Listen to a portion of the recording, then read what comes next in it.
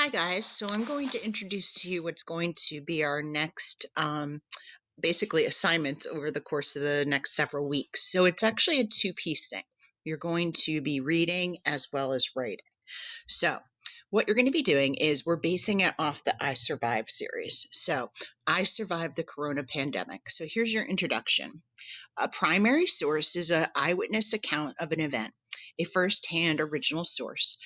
You are currently experiencing something that will go down in the history books. What's a pandemic? A pandemic is a widespread occurrence of an infectious disease that has spread across a large region, typically across multiple continents or worldwide. So, if we think about it, that is exactly what we're going through right now. Think of this as an I Survived book. You will be keeping an online journal to document this historic event. This is your journal, so share what you feel.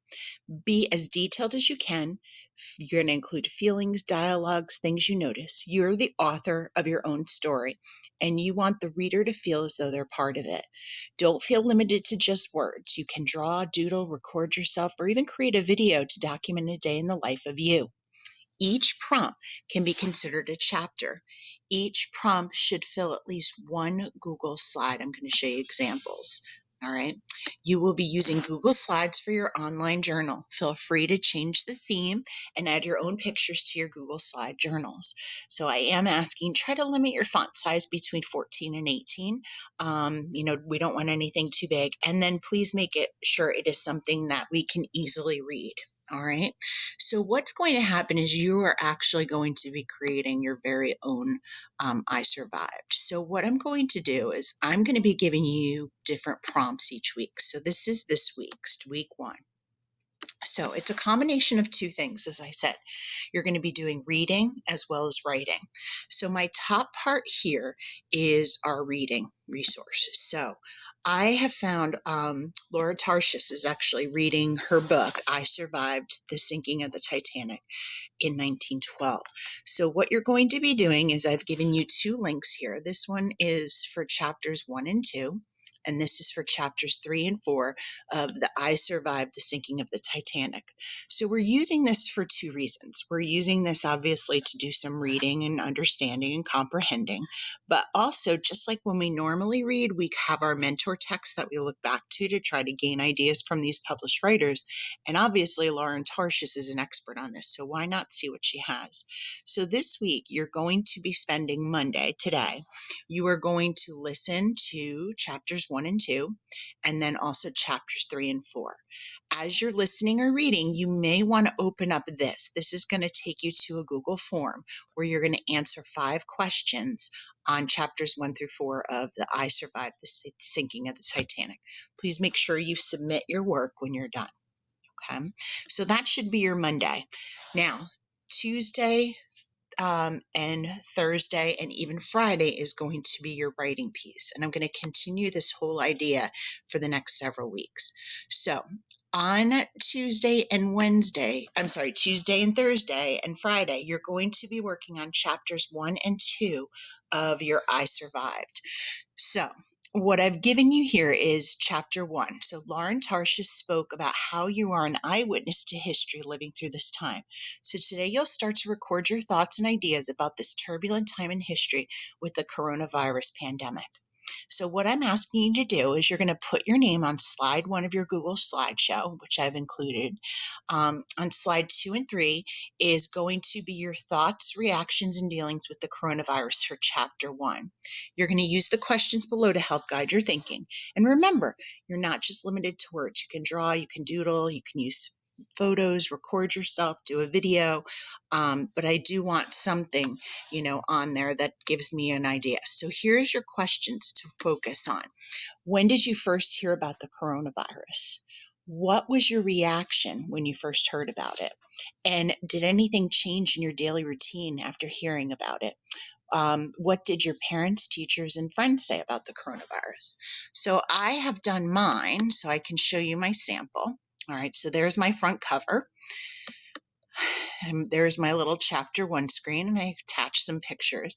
But here's my writing piece. So I said, I have to admit, when I first heard about the coronavirus, it reminded me of something you'd see in a big blockbuster movie. You know, the kind. The hero encounters the virus, all his loved ones are affected, but for some reason he is not. So he races against time to get his friend the scientist, to develop the medication, and together they save the world.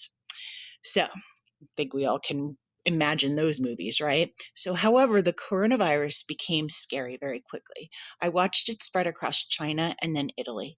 I became concerned that it would reach us here in the United States. One of the things I did was hit the grocery store, and I stocked up on snacks, meats, and cereal for the kids. They were always eating, so I needed to make sure I had a stocked pantry for them. Then, before I knew it, they started to discuss schools being closed here in New Jersey. I realized the virus was upon us. So that's my chapter 1. All right. So you're also you're also going to be doing chapter 2. So on slides 4 and 5, I am asking, my thing is going down. You're going to again focus on thoughts, reactions, and dealing. So this time when I found out school was closed, so I gave you a couple little things to help you. When did you find out school was closed and that you would be learning from home? What was your reaction to this news? How did you feel? Were you uncertain? Were you confused? Were you excited? So again, I kind of have my example. So here's my chapter 2. I included some pictures of you guys. I knew we're going to work on Lion Witch in the Wardrobe. And then here is my chapter 2. So I'll never forget this. There was talk of schools closing. We met on Wednesday morning to try to plan about where we would have the fifth graders go if we closed school. The entire fifth grade ELA teachers decided to do the novel The Lion Witch in the Wardrobe. On Wednesday, I grabbed the books for my students. I started to make copies of materials for a lap book for the students to complete. We had created a series of questions for the students to answer after reading the various chapters. Then everything changed. After lunch on Thursday, Mr. Lehman came to me and said it would be best if students brought home all supplies today. School would be closed Friday, and they were not sure if we would open up again. I rushed to get everything out to my students. I hated to say goodbye to them that day because I didn't know when I would see them again. All right, so that is my chapter 2. So you're going to be working on your chapter 1 and 2. So I just wanted to show you a couple of examples. All right, so here is little things that were on the computer, different ideas for what you can do. So I'll show you. I embedded some pictures. So first day, these are the future chapters. First day of school at home. Chapter 4 is going to be about community. Chapter 5 is about feelings. And chapter 6 is about advice. And that's as far as I've gotten so far. But we're going to have a total of 8 chapters that you're going to be doing, basically 2 a week. So what I want you to do, so today is Monday. Today you are focusing on your reading. All right, so I want you to listen to the audiobooks, chapters 1, 2, 3, and 4 of I Survived the Sinking of the Titanic. Then you are going to click on the link here, and it will take you to a Google form where you're going to answer 5 questions. So you can have that form open as you're listening. It's up to you. Then on Tuesday, what we're going to do is we're going to be meeting in small groups. So I'll have your times, which I've shared with you. That we'll be meeting, and we can start to work on generating ideas, getting our thoughts down. And then whatever we don't finish in that half-hour time slot, you will have Thursday and even Friday to complete. Just keep in mind Wednesday is your specials day, and Friday you will be getting your social studies and your science assignments. So definitely I would say try to complete it between Tuesdays and Thursday, which I don't think it'd be too difficult to do.